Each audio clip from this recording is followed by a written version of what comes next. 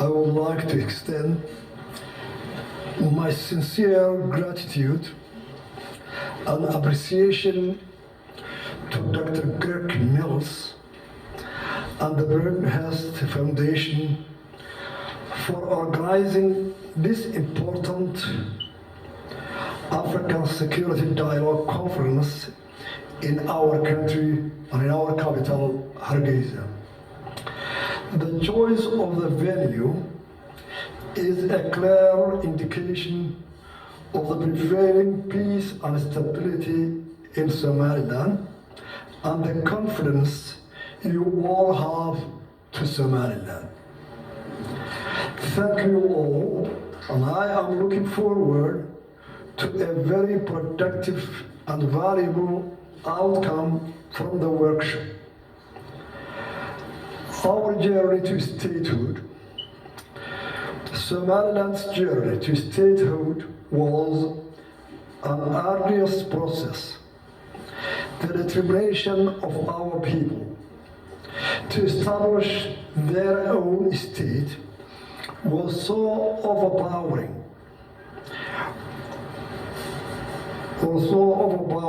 and transcended all obstacles upon the liberation of our ravaged country, from the tyranny of Siad Barre.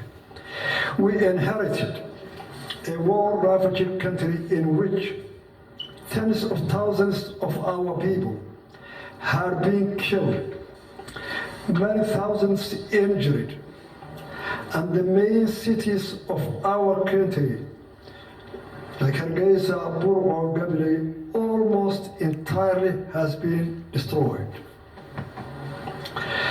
To fully grasp the terrors and the horrors visited about our cities, just imagine and fully look to today at what's happening on Mariupol and other cities in Ukraine.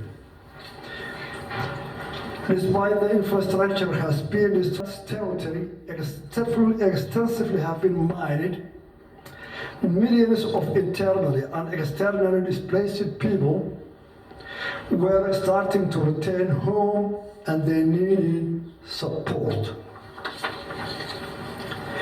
During the struggle against the regime,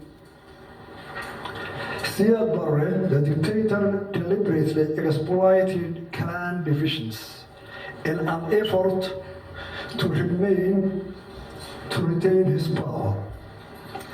There were, therefore, parties of Somaliland regions that did not support the SNM during the struggle against that regime. The people in these regions were naturally worried. Trust and confidence building was essential and held the key to get a lasting peace. So we prioritized reconciliation and peace building. Therefore, the SNM tasked the traditional leaders and elders with the responsibility to heal the rift among the Somaliland communities, who was on the opposite side of the struggle against that regime. This strategy was pursued with vigor and established the foundation upon which the peace and stability of Somaliland stands up to today. In the early days, the SNM held a series of localized peace conferences that paved the way for national meetings in Berbera in February 1991.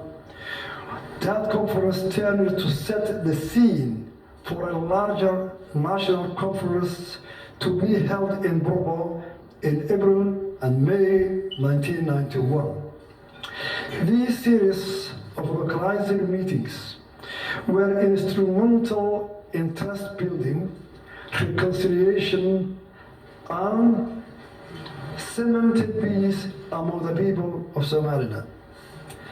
It is often accepted that Somaliland has succeeded in terms of reconciliation and state building largely due to the sustained focus on resolving issues of community level before attempting to tackle issues at a national level.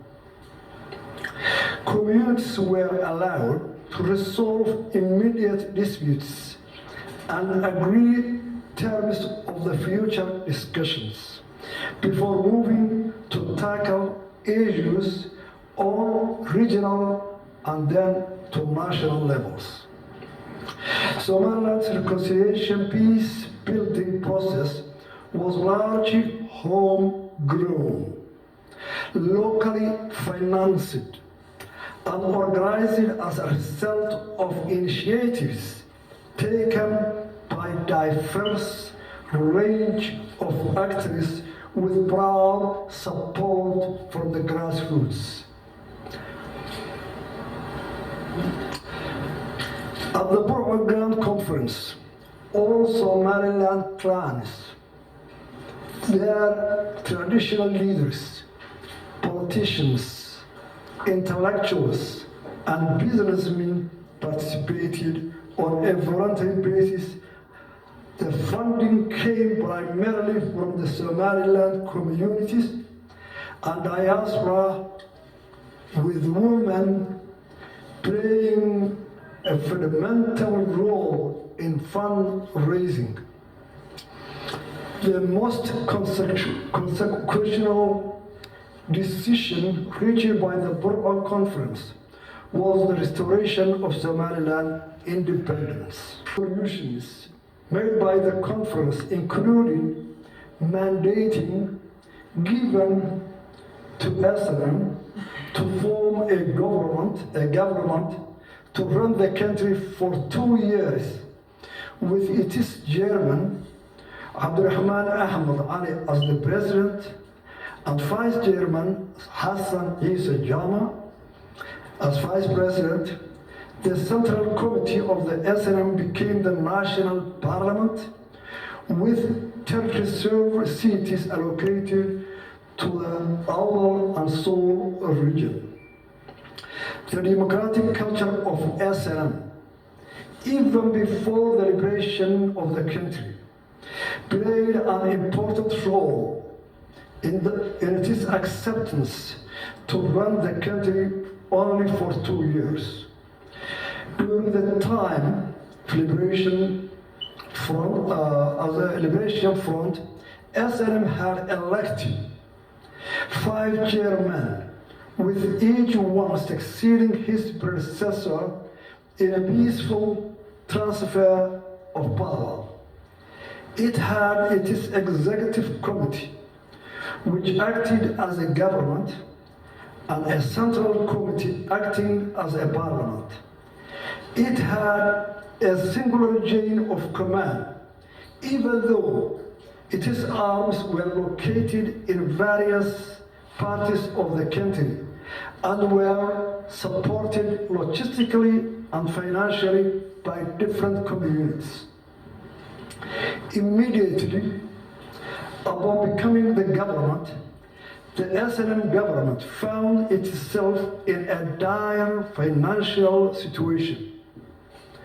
The communities that provided support to the Liberation Front during the struggle now needed support from the government, unable to provide the basic services such as the salary of the troops.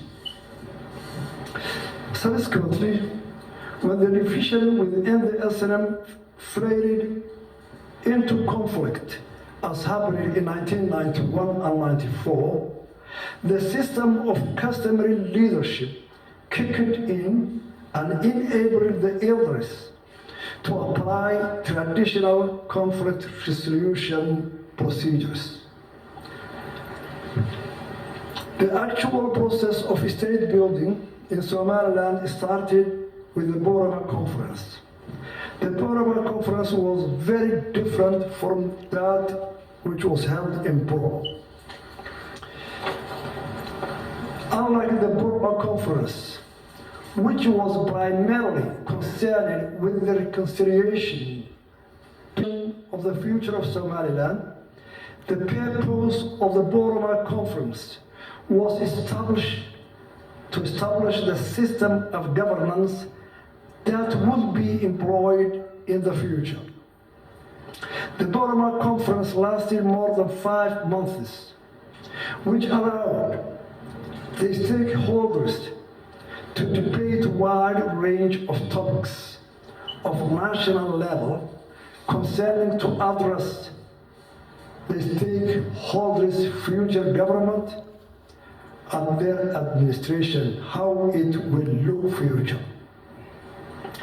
Borama Conference achieved a great deal, including making the transition from the military government to a civilian one.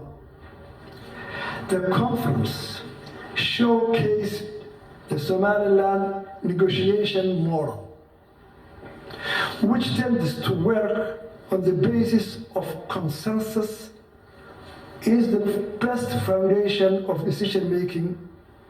The major achievements of that conference were included Somaliland Community Security and Peace Charter, the National Charter, a system of government.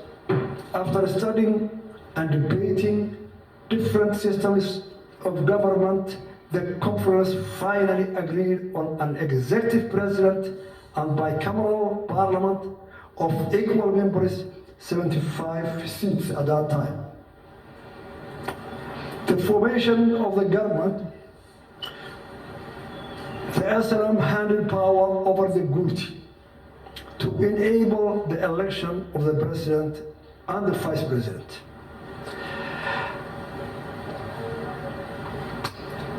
formation of the government with Muhammad Haji Ibrahim Igal as a president and Abdurrahman or Ali Farah as vice president. The institutionalization of the Gurti as a national political body with a role initiating peace building and mediation. The disarmament and demobilization of the SNM fighters and clan militias. In that conference, both the SNM fighters and clan militias were given an equal rights. Border Conference marked an enormous step in the establishment of the government that has persisted up to date. It's my pleasure today to have some of my senior participants in that Burma conference and the other local conferences who started in 1991 from all the regions. Let me introduce you our Minister of Information, Mr. Kore.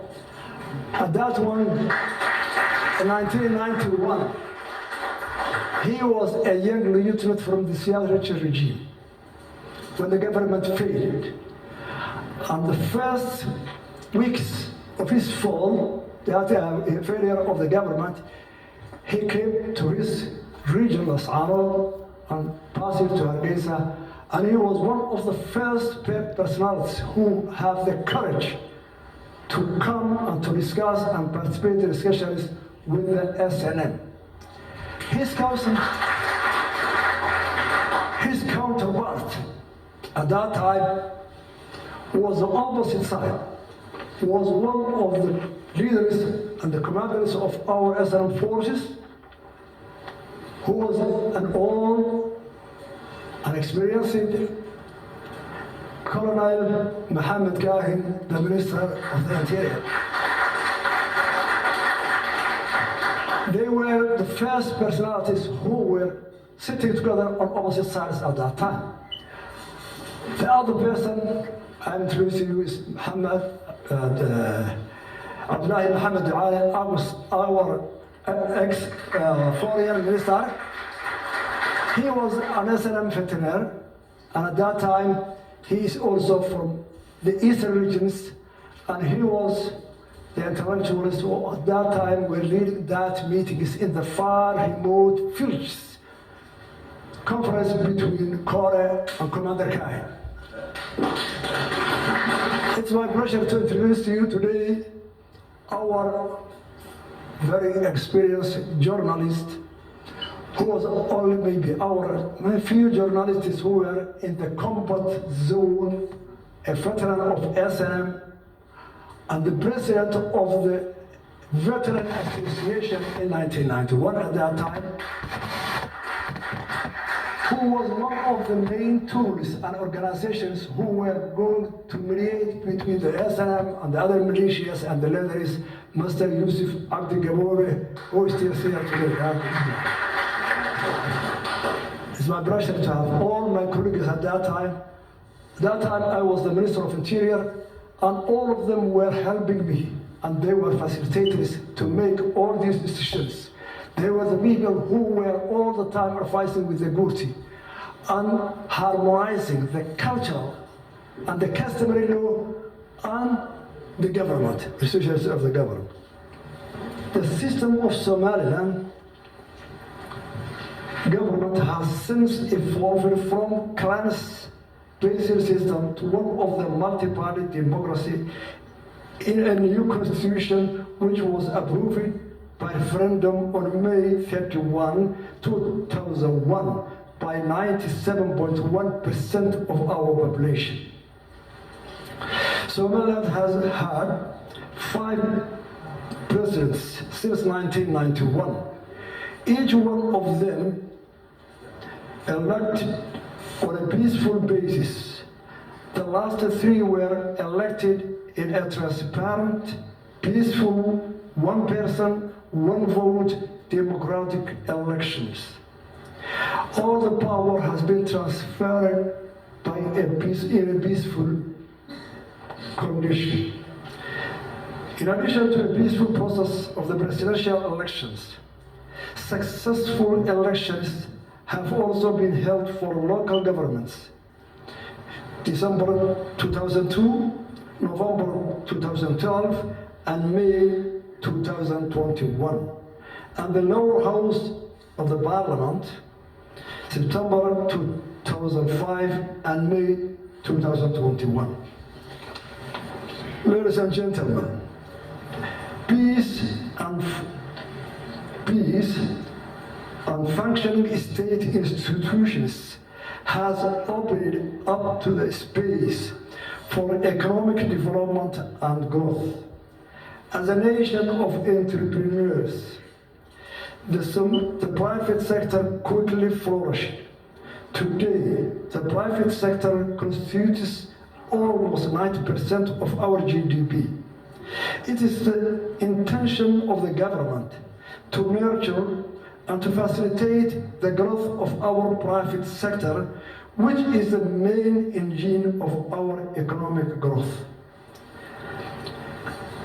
I would like to highlight the following as the major lessons we learned from our journey to statehood.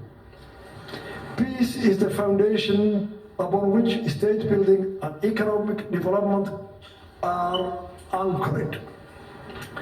Homegrown peace and national reconciliation at the grassroots level is more sustainable than internationally driven imposing peace. SNM policy of non-recrimination against the non-SNM communities enabled meaningful dialogue between the adversaries, in which communities have supported the Barre regime, were able to play a genuine part in negotiating the terms of peace and the future of government.